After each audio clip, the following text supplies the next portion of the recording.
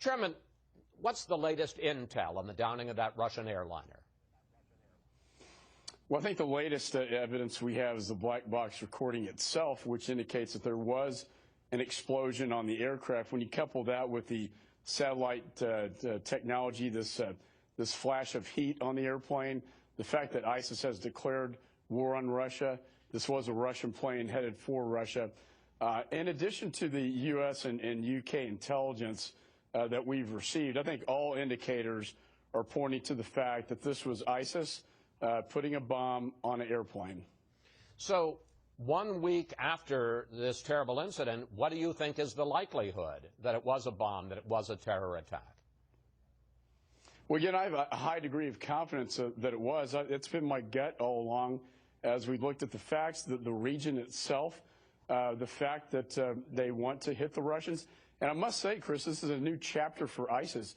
Typically, we looked at al-Qaeda in the Arabian Peninsula as the sort of premier bomb maker, if you will, hitting the aviation sector, their crown jewel.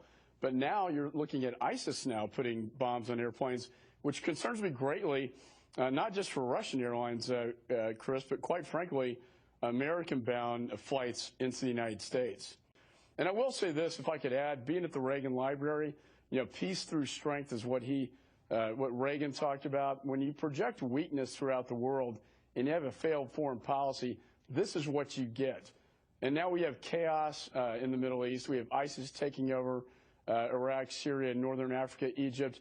Now we have the Russians in there, and it's presented a very complicated strategy moving forward in terms of protecting the American people. Well, let me ask you about that, because I think it's fair to say that President Obama has primarily dealt with ISIS up till now as a regional threat, as a group that was primarily interested in creating a caliphate across the Middle East, North Africa. If they're responsible for what would in effect be the worst act of air terrorism since 9/11, doesn't that really change the nature of the threat from ISIS? Well, again, he called them the JV team, but now we're seeing ISIS bring down airplanes with bombs, which is what al-Qaeda did. As you said, the greatest aviation disaster since terrorist event since 9/11. And what I want to see is, what's interesting is to see what the Russian response is going to be. Their target packages have been primarily to prop up Assad and his regime in the region, not to go after ISIS. We've seen in the last couple of days, though, attacks now, airstrikes in Raqqa going against ISIS. The sad fact is, because we've had a failed policy and failed leadership, now we're having to rely on the Russians and the Iranians to go into Syria to fight and destroy ISIS. And that's kind of where we are today. And I think, again, it's this weakness invites aggression.